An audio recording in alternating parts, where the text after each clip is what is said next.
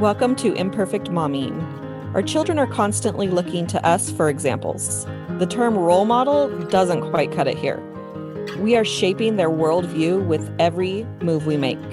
You see, it's not in the lectures we give or moments where we are actively attempting to teach them. It's in the micro movements we make, the unconscious ways in which we navigate life.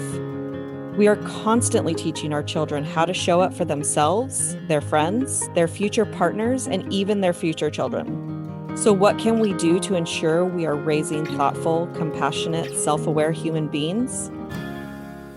We have to become them ourselves. No one is perfect, but we can still all be better, and it starts with self-healing. Let's get to it.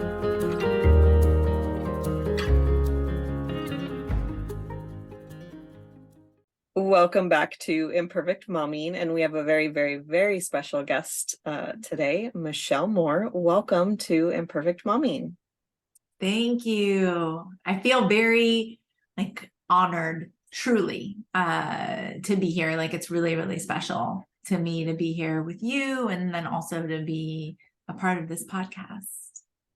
Yes, and you are the reason, in part, that this podcast exists. So I'm sure we'll talk about that a little bit later. But first, let's have you tell our listeners who you are and what you do.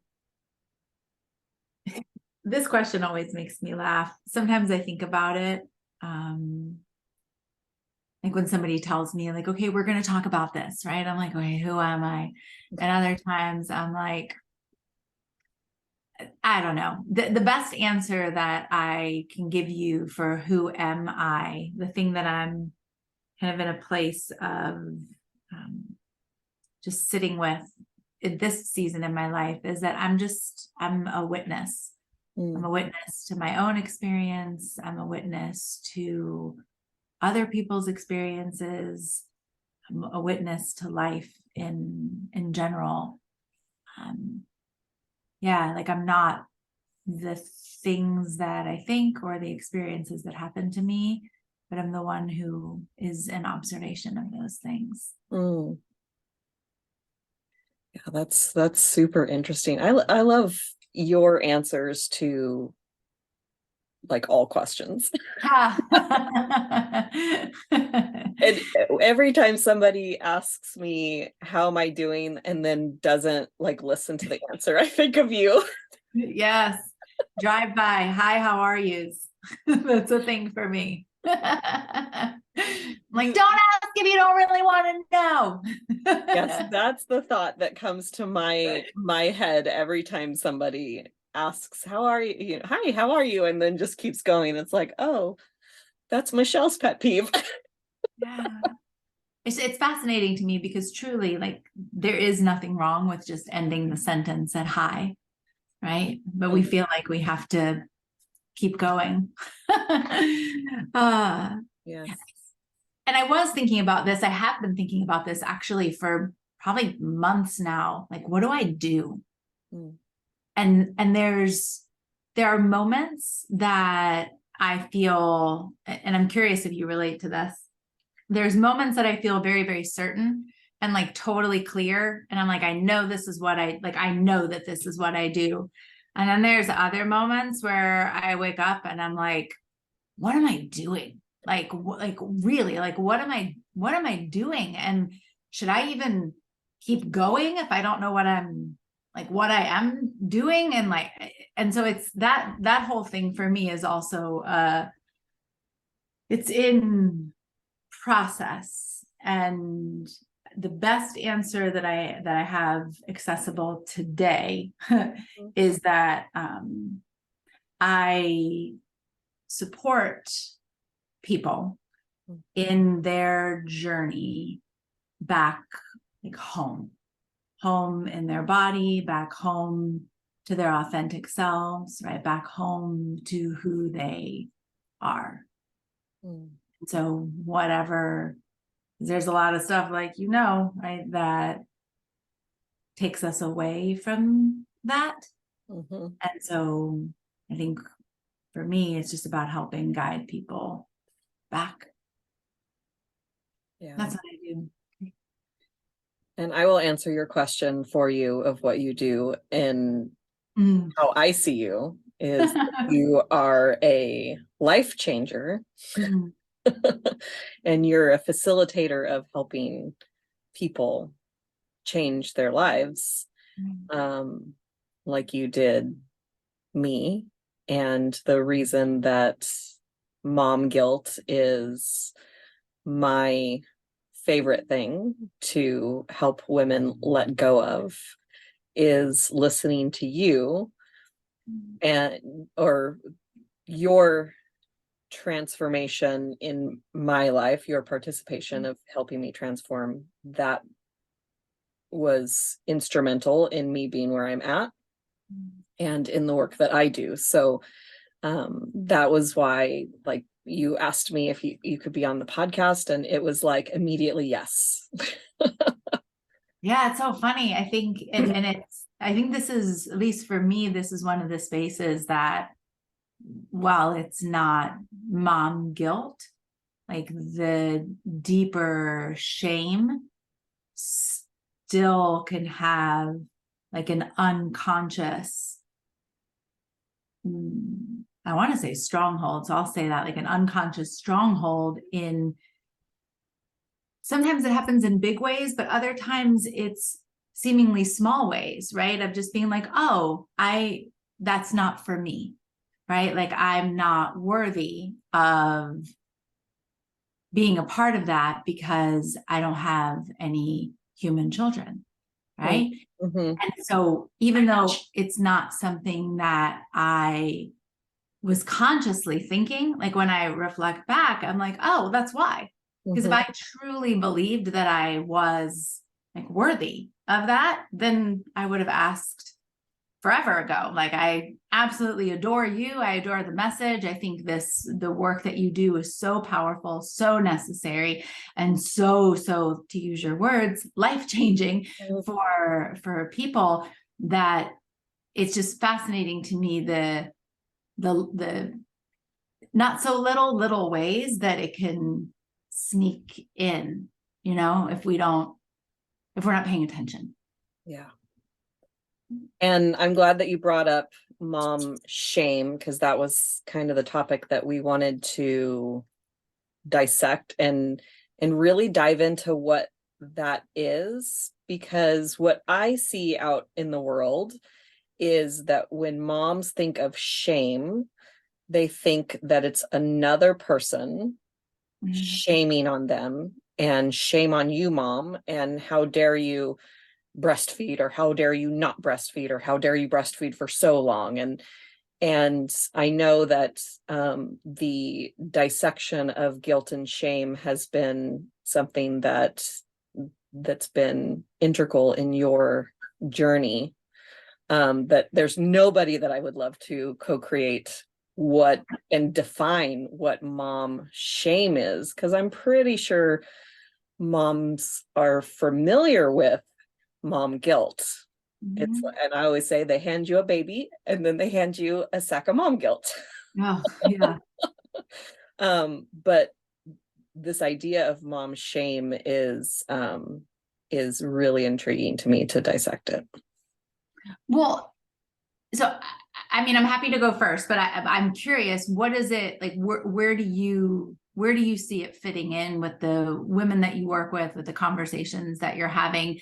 Like, I know I just heard you share that, like, it's something coming from outside, right? Like that other people are doing it. Totally agree. Like, I think there's a lot of shame in our society in general. I think depending on how old people are, I know I'm in my mid-40s. So I think that for my mother's generation, right, people born in the early 50s, that was almost like that's how they were raised. It was like a parenting skill. It was a behavior controller, right? It was a way to get people, a way to manipulate behavior. Like, it really was like a trained parenting. This is how you teach your kids how to, behave.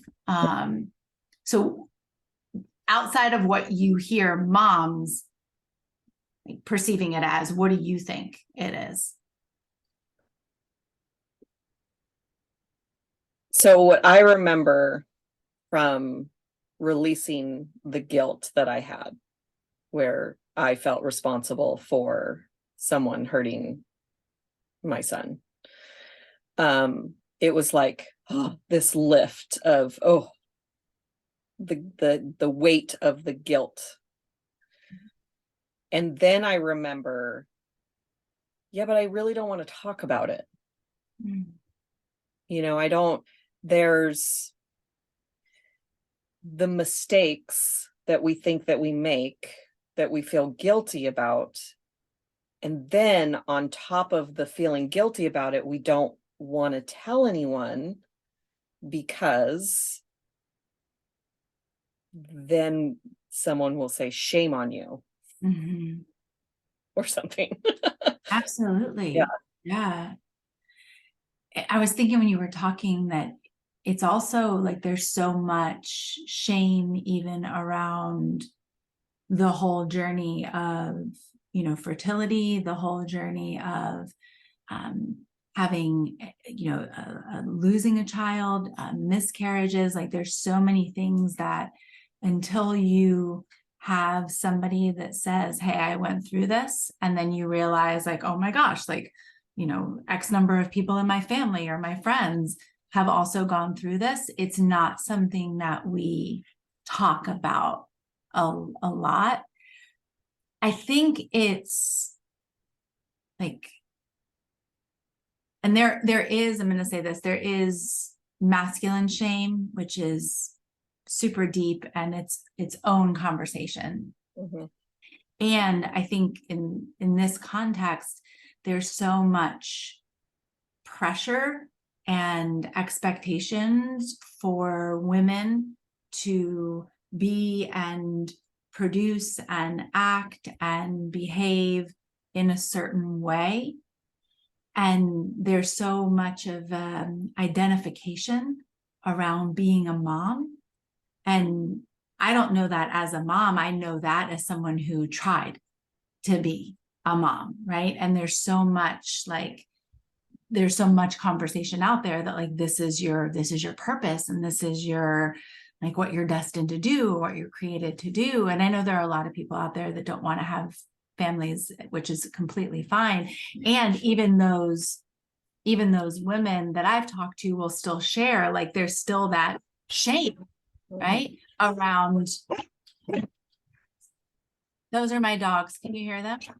I heard something that sounded more like feedback than a dog barking, but now that you mentioned that it's the dogs, then I have 3 of them, and I feel like they are how, like, children, like, if everybody's fine, everybody's fine. But if you've got more than one kid and like one starts crying, then the others start crying. So like the other 2 can be asleep, but if one starts barking, it's like, what are we upset about? Who are we yelling at? Exactly. I know, because you have dogs as well, and more than one.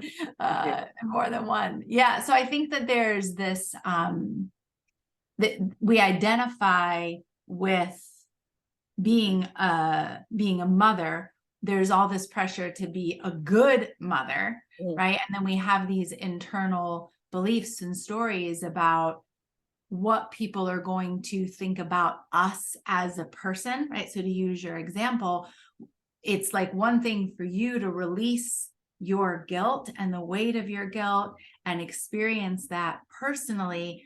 And then it shifts into, but what are people going to think about me, right? If they find out. And it's that thinking about me, like, what if they think I'm bad?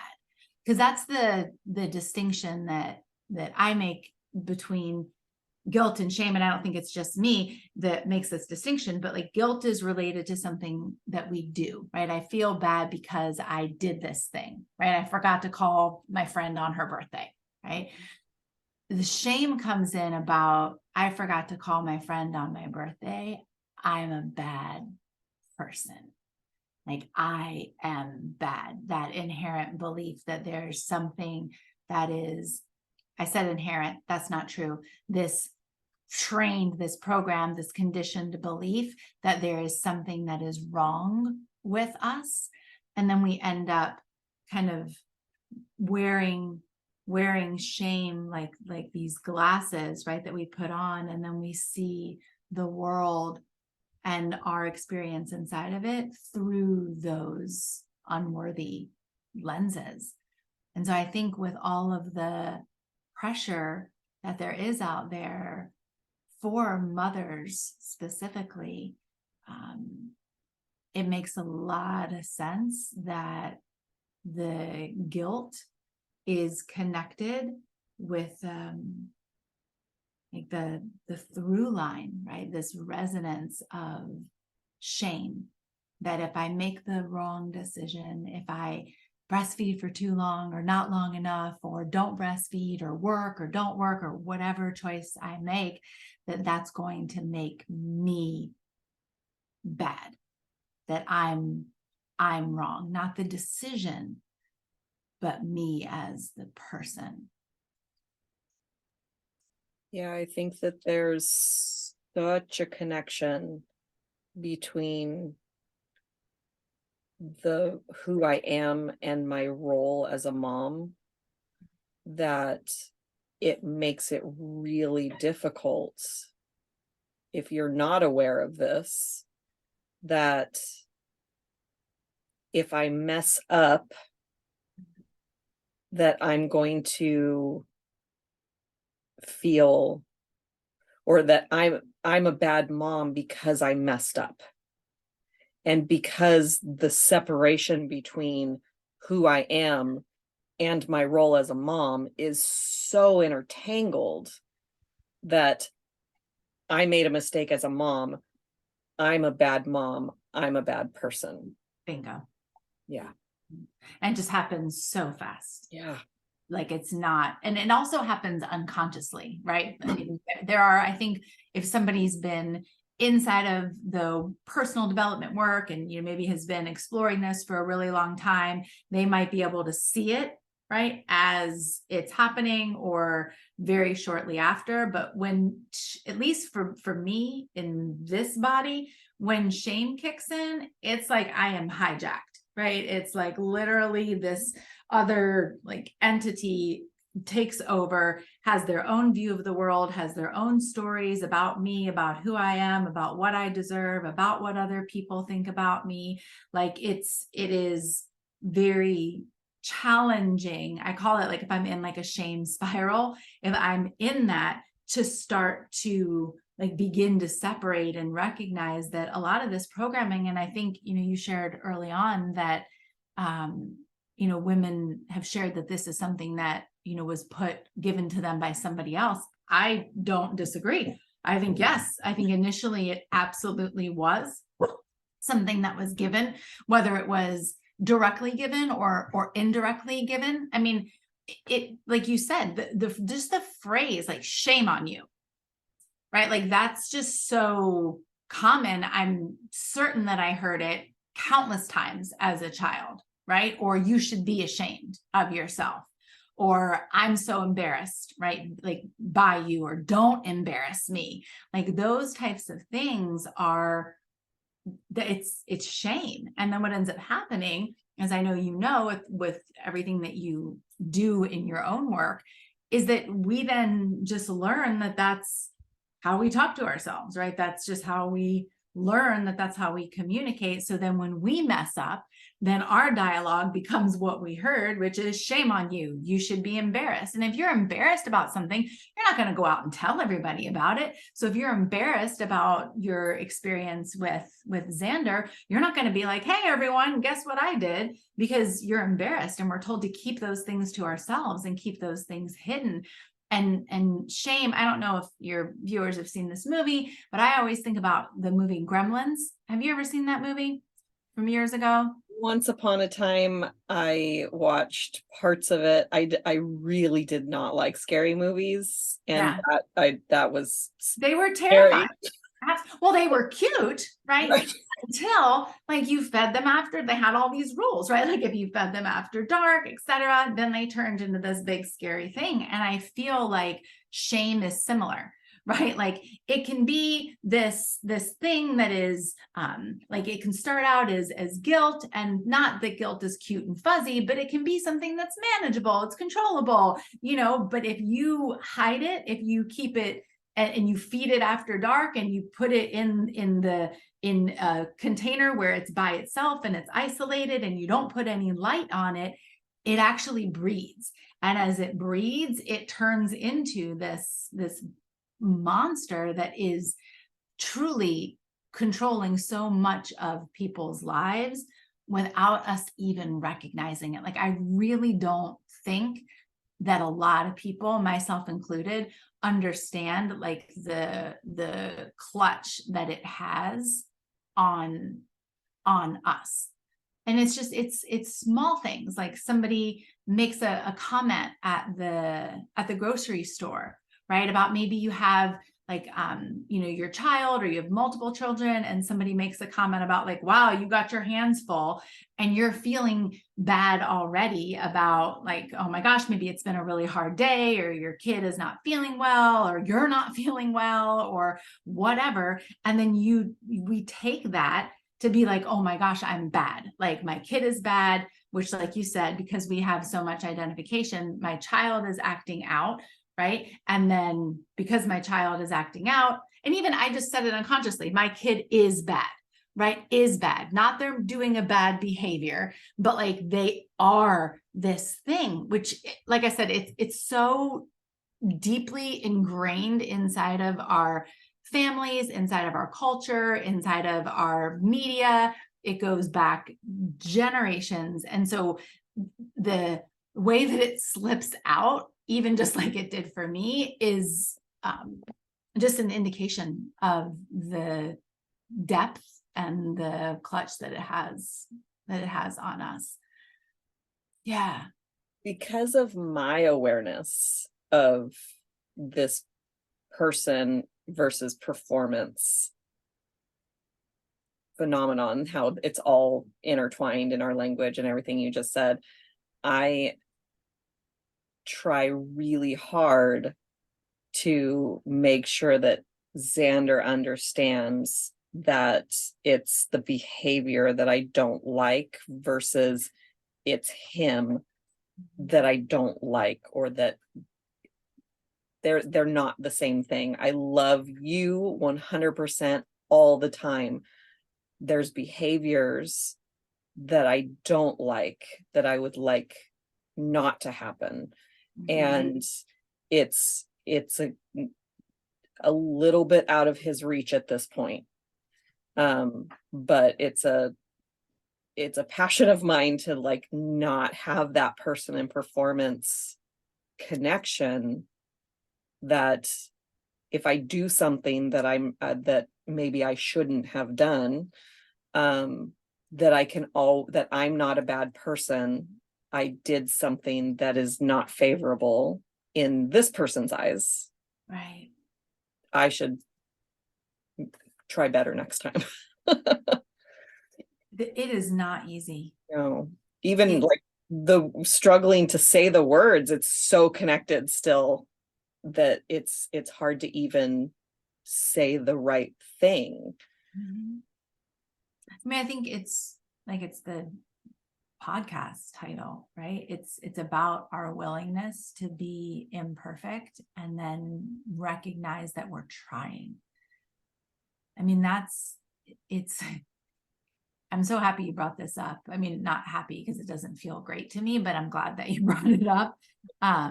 But even just yesterday, I was on a walk with my wife, and I was sharing something, and I saw like a look on her face that, for me, just I from my experience in my body, I was like, she's disappointed in me. Mm-hmm. Like I was like, I can tell you want to say something, right? We've been together for 20 years. And is that right? 23 years. We've been together for 23 years. And I'm like, I know you, and there's something you want to say. And she was like, no. And I'm like, go ahead, just like say it. Like I want to hear it. I can tell you have something to say. if you don't want to say it, just tell me you do have something to say and you don't want to say it, because I know you have something you want to say, right? Right. And she shared that she felt deflated by something that I said.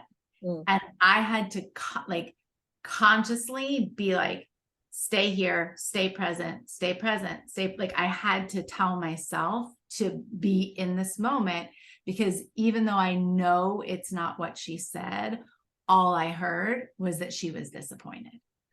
That's all that I heard, is that she was disappointed. And I asked her, can you explain to me the difference between deflated and disappointed? Right? Because I'm really trying right here, like in the moment, I am really trying to not go down this, like, I know you're not my mother, right? I know that this is your sharing. And what she said, and she's not in this, I mean, she is in this work because we've been together for forever, but she's not in the coaching world. She's a restaurant manager. And what she shared is that the deflation was about the action. That disappointment for her is about the person, and she wasn't and isn't disappointed in me. And even still, like, so much as yesterday and today, it still has like roots for me, because I was just trained and conditioned inside of like shame. And so I share that just to say that it is a practice and it is a process. And I personally believe that the effort, the act of saying, you know what, I said that, that's not what I meant, and I would like to correct myself, the commitment to making that separation between an action and a person is so important for ourselves and for our children, because the roots of that are so deep for, I don't want to say everyone, because I know everybody certainly didn't grow up the same way, but for a lot of people. Yeah. And one of the ways that I help people, specifically a friend of mine, we have this conversation a lot about the shame on you topic, or that somebody else is shaming you topic, like that it's an external thing. The way that I help her realize it's an internal thing is that, you know, Michelle, if I said that you had the ugliest purple hair that I've ever seen in my life, you might like ask me to adjust the monitor, because you're like, my hair's red, not purple, or right. Maybe a clearer example is like, if I said that you have the ugliest straight hair I've ever seen, your hair is clearly curly. Right. That would not hurt your feelings. You would question my judgment. You would question my eyesight. You would question me and what I'm saying. You would not internalize it and feel bad.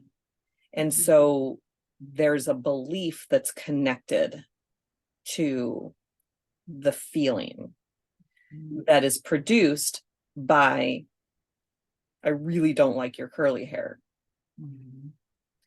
And if you loved your curly hair, you would say, okay, cool. Thanks for your opinion. I love it. Yeah. Hated your curly hair, then you would be like, oh yeah, I know. I spent so many years of my life trying to straighten it. And this actually might be your story. I didn't like my curly hair for a long time, and I straightened it. And I didn't ever have anybody else tell me I don't like your curly hair. I had everyone tell me the exact opposite, that they loved my curly hair. And I was like, yeah, whatever. I want to straighten it. But it doesn't matter, you know, to what you said. It's, and the only reason, even what happened with me yesterday, the only reason it hurt is because there's resonance. because I am in a process of not being happy with what she shared about myself. Like, I don't like it about me. And so it becomes the projection, like you were talking about, because if there is no resonance, then it's not going to impact us at all. Mm-hmm. And that's not said to be like blaming, like it's not them, it's you. It's said, for at least for me, and when I work with clients with this, is just to recognize, like, that's just an indicator.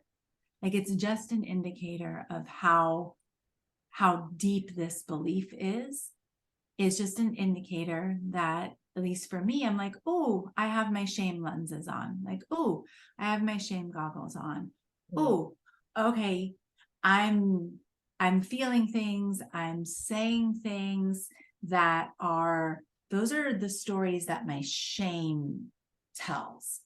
And if I can start to recognize that that's what's happening, then we can address, like, your relationship with you. Mm-hmm. And that's where we can start, like, to begin the process of untangling this.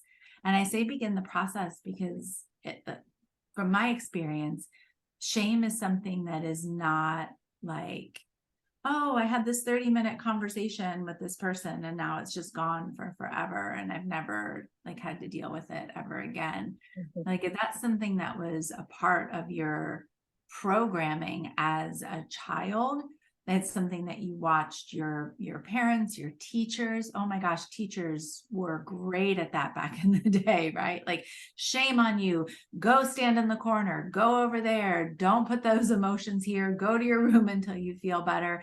Like, all of these things that are unconsciously telling us that who we are is a problem and needs to be fixed. And that the connection is because of what we did, because you threw that paper on the floor, you're bad and you need to be isolated.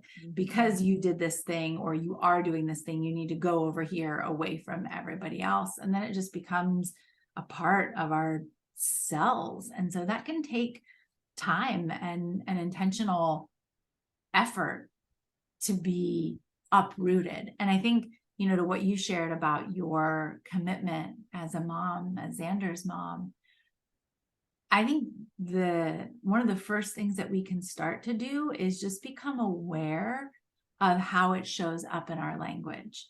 Just start, even we're not doing anything different. We're not trying to say anything different, especially if this is new for anybody that's listening. And this is a new conversation. This isn't about you completely changing anything at all. Initially, just start to notice how easily the belief comes up, how somebody bumps into you at the store and you apologize. How somebody says something to you this happened to me on the bike trail yesterday. Somebody, like a kid, hollered something about, like, on your left or something like that when they were riding by. And I was like, oh my gosh, we're on the wrong side of the sidewalk. And my wife was like, that's not what he said, but that's what I heard. Right. And I was like, oh my gosh, there it is. Like, if I'm not aware of it, my default will be, I'm the problem, I'm wrong. Like, I'm the thing that needs to be fixed. And so just starting to notice where that's showing up for you, the things that you say, if you go to correct somebody else in terms of their behavior and you're making it about them, if you're doing that for your own self, that can be huge, just to start to bring awareness to where it's showing up for you. You can't change anything that you're not aware of. And you might be, in hearing this conversation, aware that, oh my gosh, I feel bad when I do this, or I feel, a certain way when someone says that. That's awareness. And the more that you can dive into that awareness and just you're learning your triggers, and that can really help your healing process. And we think something, what, like 80,000 thoughts That's a what I day. heard. Yeah, a lot of them. And most of them, like 90% of them, are on repeat. Yes. And Which is insane. you can change a couple of those thoughts, you're gonna change your whole life. And I know you want to say something about that. And I have to say that when I said I don't like my curly hair, my son, who's homesick in the other room, says, "Mom, I love your curly hair." And my whole body just melted. So I love that.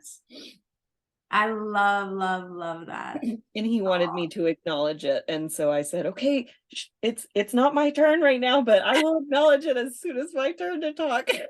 That's so good. I love curly hair too. Yeah.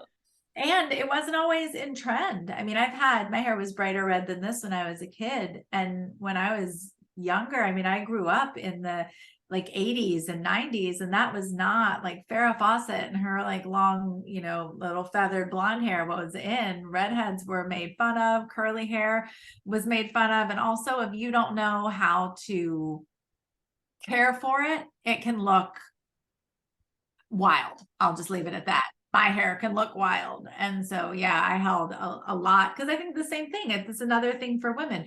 Our physical appearance is so deeply connected to in society, to our worth, to our enoughness, is how we look, how we present, the image that we present to our, to people. I remember that being a thing from my mom for years, that I was a representation of her. So then if I was behaving in a way that she didn't care for, then like my behavior meant that she was a bad mom, that she was a bad person. So then it's, okay, we've got to shift her behavior, right, in order to feel better about, herself. Yeah. And it's interesting that you said that, because as the kid as a pastor's kid, I had somewhere picked up, I don't believe that my parents said this explicitly, but I picked up along the way that my behavior is a reflection on them. And so then my brilliant brain said, well, if I'm a reflection on my parents, then that means my son's behavior is a reflection on me. And the beginning of his life, well, around 14 months to 3 years specifically, was very much spent like, how do we control this kid's behavior, because I'm looking like a bad mom. Bingo. Yeah. And then to what you said earlier, bad mom, bad person. Yeah. Yeah. Absolutely. 100% feeling like a failure at that point in my life. Like, absolutely. Just, and so then you need to control them. Right. Which is about as useless as trying to control anything. I can't even, what's an example? Like a barrel full of monkeys. I don't know. Yeah, trying to like herd a bunch of cats. Herd of cats. There you go. Yes. I think that's the phrase, herd cats. Yeah, trying to control anything though. Right. I mean, and it's so, not only is it common, it's a lot of people will applaud it, like shaming, will applaud it, will like not just accept it, but will celebrate it, right? Like, we hear things like, oh, you're such a good girl, right? You're such a good girl. You're such a good boy.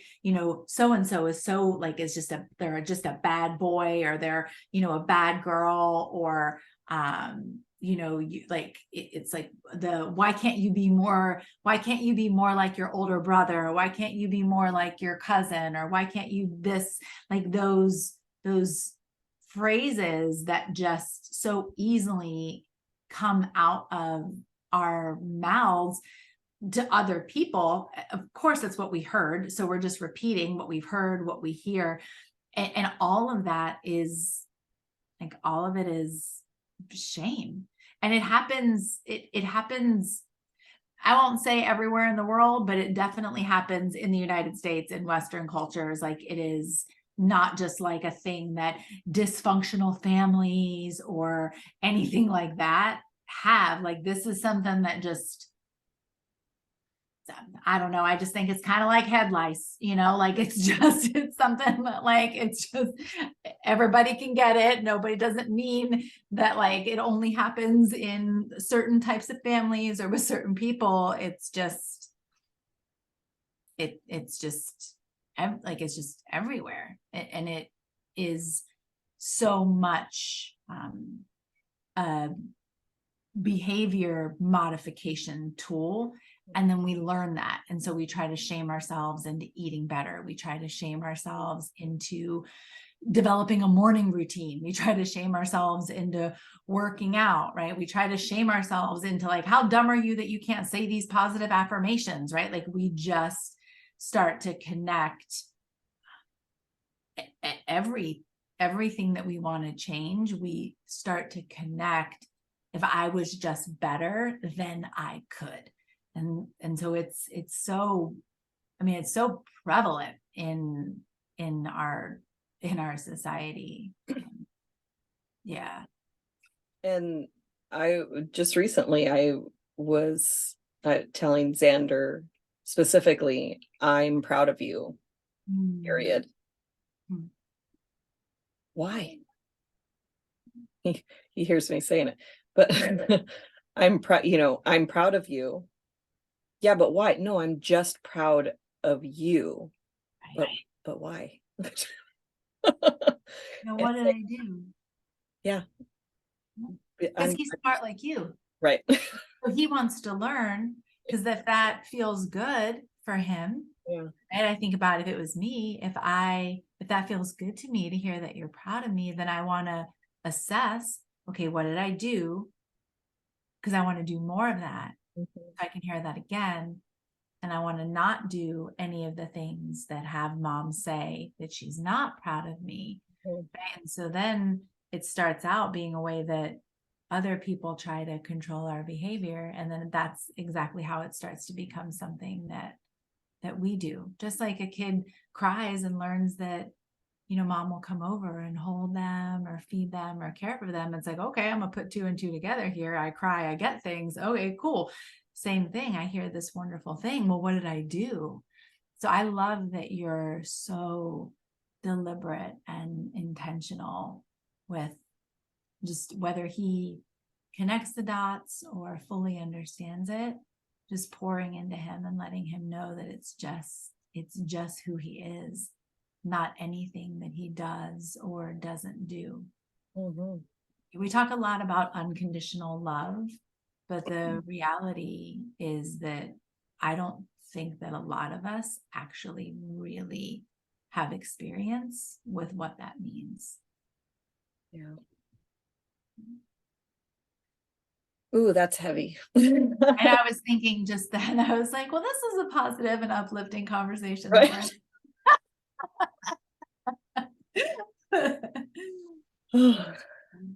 Yeah.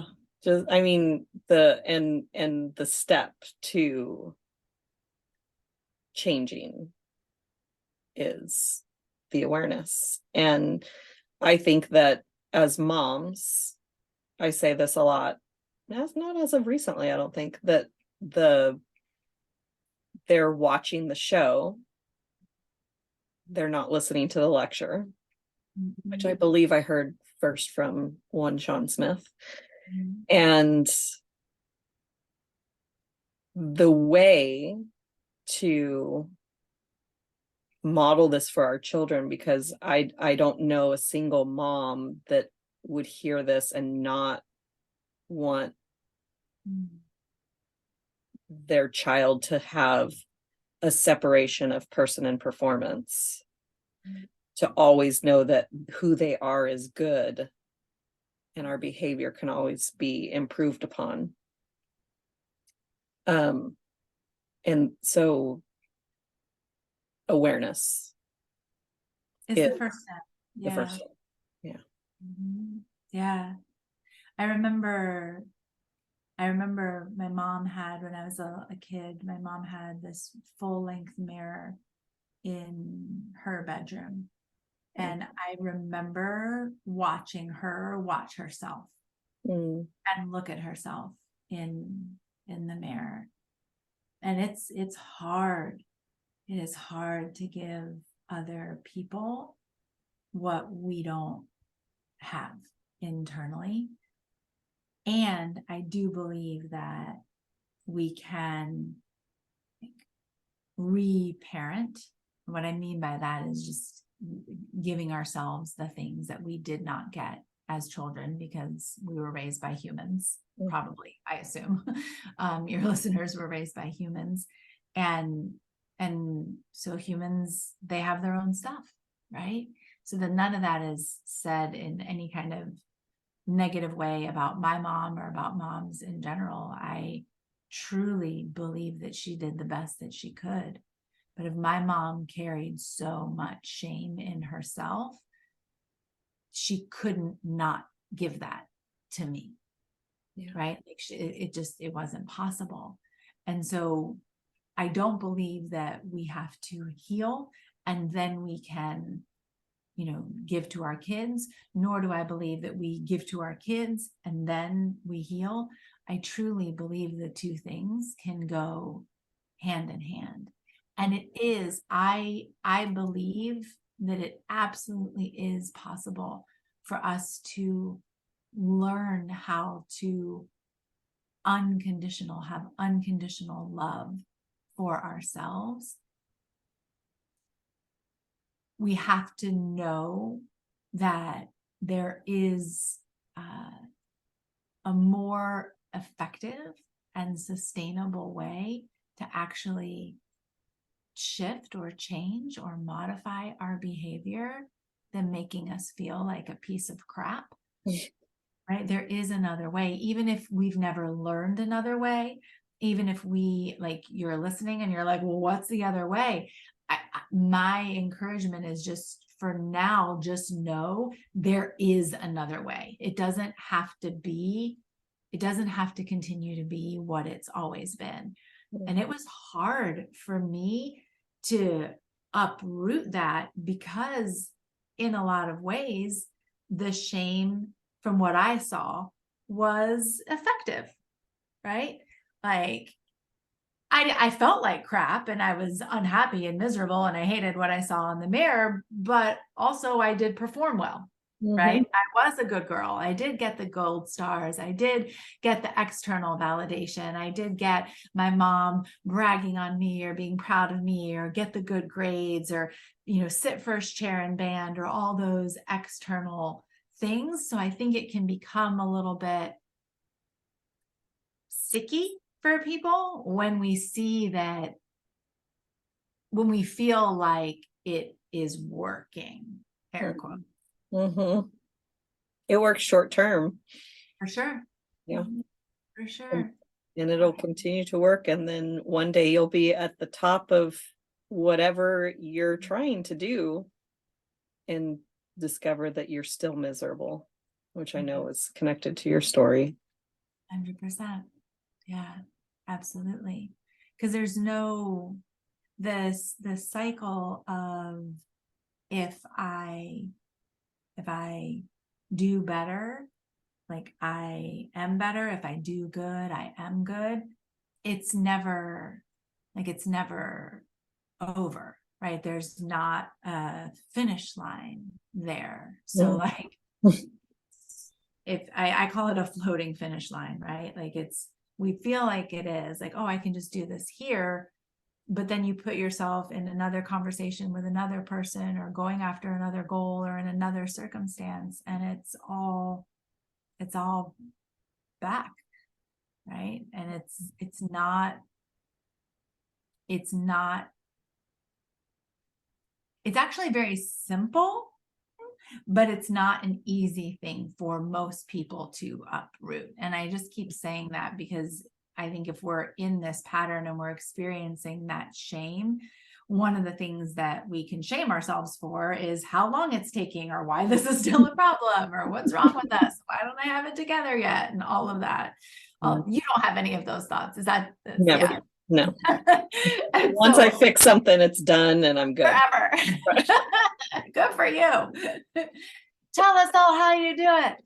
Let me sell you the elixir that I drink that just, you know, my life. Oh, that's so good. Yes. Because we are like flawed. Like we're beautifully designed in our imperfection. We're perfectly imperfect, as they say. And the belief that any flaw or mistake or error that we make is something that is worthy of punishment is an indicator that we are holding on to, that we're just holding on to a lot of shame. And I think a simple thing that we can start to do is, if you're starting to become aware of this, is then ask yourself, if you were talking to like your child, or if you were talking to your very best friend in the world, what would you say? Mm-hmm. And even if you don't believe it for you yet, because that's further down, you don't have to believe it for you yet, but can you start there? Can you start with, is that your dog? Mm-hmm. I see little ears. Yeah. Usually back here over my left shoulder, there's tails that are wagging. I have my guitar back here, and Harry, his little tail is constantly playing the guitar. I just see little pointy ears at the bottom. I love it. While you were talking, I was like, pay attention. Yeah, well, when they want attention, I mean, they don't have any of this unworthy stuff we're talking about. When they want attention, they just come up. I don't know if your dogs do this, but mine put their paws on my lap. It doesn't even occur to them that they don't deserve it, that it's not the right time or anything. They're like, I deserve pets. I am worthy of pets. Give me some right now. Mm-hmm.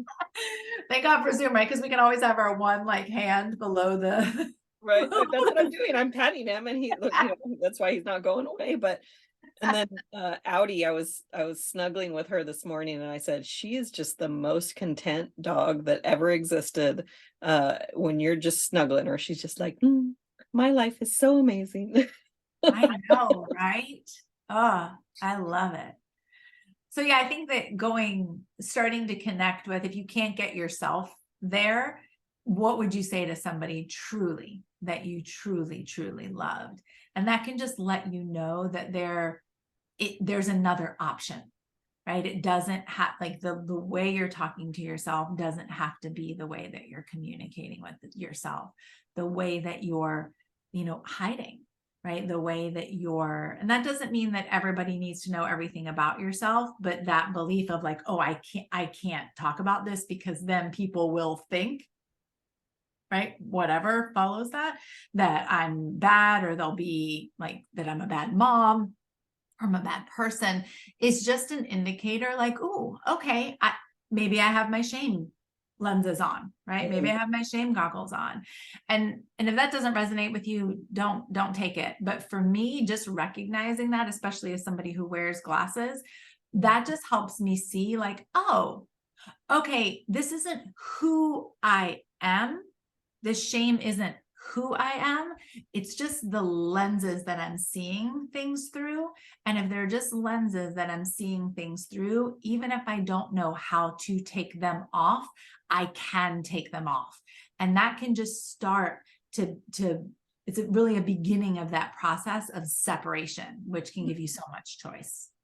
And I do remember in one of our coaching sessions, it feels like so long ago. It's been what, 2018? Yeah, wow. That you were my coach. 5 years. And you were saying that have you ever tried to unknot a chain? Oh, yeah. And I remember that being your feeling of it. And I'm like, oh, I love untying the knots and chains. Not as much with nails, but it's like, I'm like a dog with a bone when there's a knot in something. I'm like, I'm gonna get it. I will remember that and send you all my knotted necklaces. Yep, I think that's what you said too. Probably. So I know that there's many, many nuggets in this episode for advice, but is there a piece of advice that you want to add on to or piggyback off of that's already been said? I think that, I mean, especially as a coach, I don't love to give advice. And I think what I would just reinforce is that everything that my mother was and her mother was is a part of me. And so, and it's everything, right? All the stuff.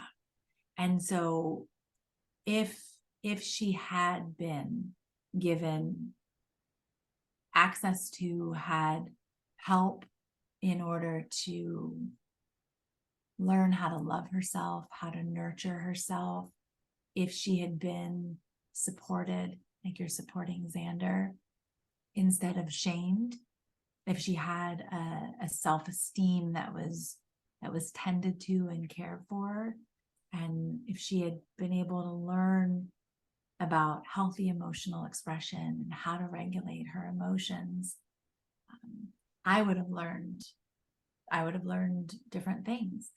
And so I don't have, as I shared already, any regrets about that, because everything that she is a part of me. And I think it's important for us to really begin to learn or deepen our knowledge of the happier, the more grounded, the more your self-esteem as a mother, as a woman, as a human, the more your self-esteem is nurtured and tended to, the more you are able to learn how to love yourself and nurture yourself and release the ties, the binds of shame, that will be a part of your children as well. And so this work, even you just listening to this podcast right now, that's a step for you in starting to shift things inside of your family. And I celebrate that. I acknowledge that. So keep doing the things that are going to help you with your own journey, because that's going to get passed down to generations, even beyond your children. Generational healing starts with you. Amen. Yeah. Is there a book that has been instrumental in your personal development journey? Okay, so you told me you were going to ask me this, and this was so hard for me because I am surrounded by books. Okay. Like you and I have talked about this. I love books. I love to read.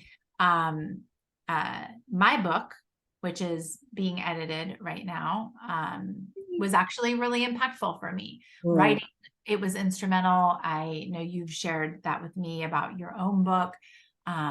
Just really understanding the entanglements of my story. So that book was instrumental.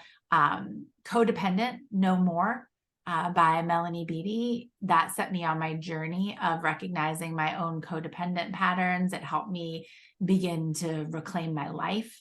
I'm sharing more than one. Shift Happens by Robert Holden. That's a really, it's a quick read, but it's about like personal alchemy and transformation. And then the last two, I really like personal development and metaphors. So I love stories. And The Traveler's Gift by Andy Andrews is one of my favorites. It's just this like little fictional tale about this guy who loses his job and his money, but finds his way after being like magically transported to impactful times in history. And that was just, especially early on, that was a book I read early on in my personal development journey. And it was powerful for me. And I am just a huge fan of The Alchemist by Paulo Coelho, and just the reminder to go for your dreams and listen to your own heart. And I could list probably 10 more.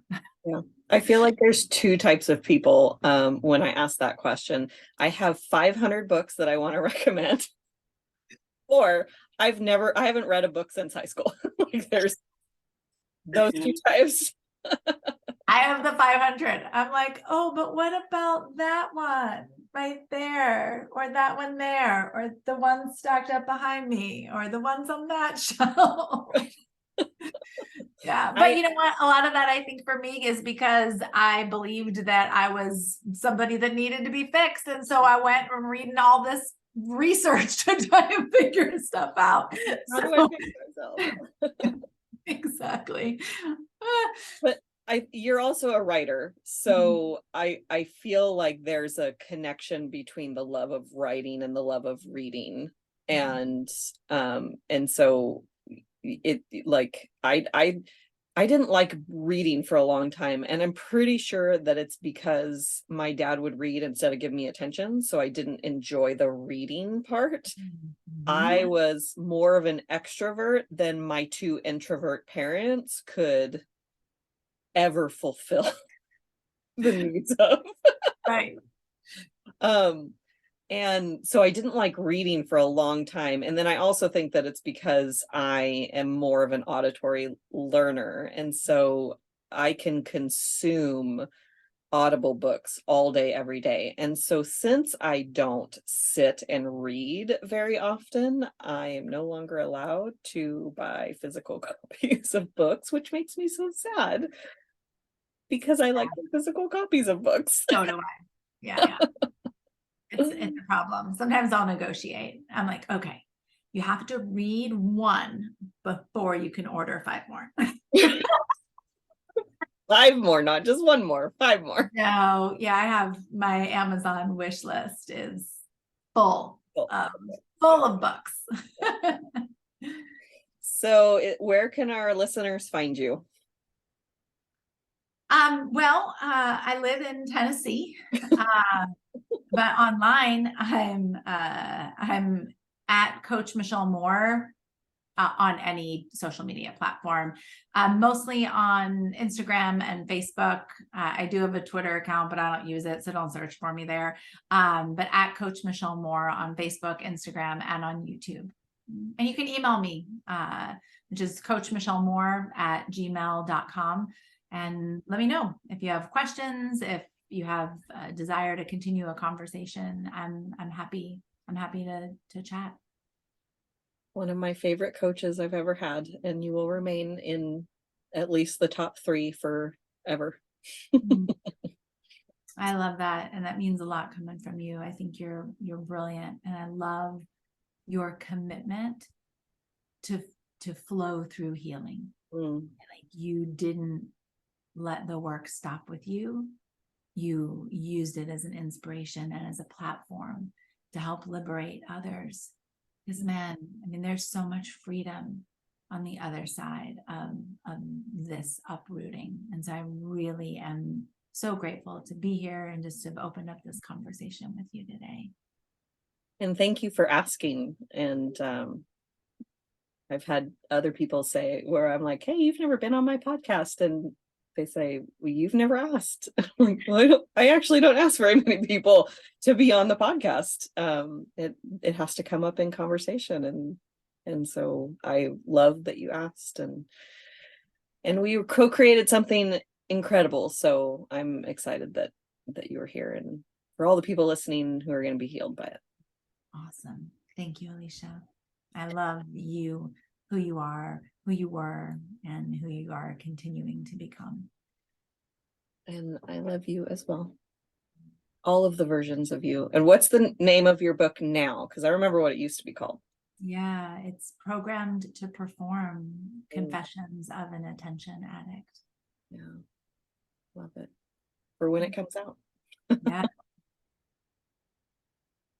There will be another episode of Imperfect Momming coming for you all next week. And until then, keep healing. Bye, guys. Thank you for tuning in to Imperfect Momming. It's time for us to step up and realize that our power is not in trying to shape our children. Our power lies in shaping ourselves into the people we want our children to model themselves after. Don't just do it for your kids. Do it for yourself. When you become a more self-aware, compassionate, and confident person, you and everyone around you benefit. For more information about me and my work, visit AlysiaLyons.com. That's AlysiaLyons.com. See you next time.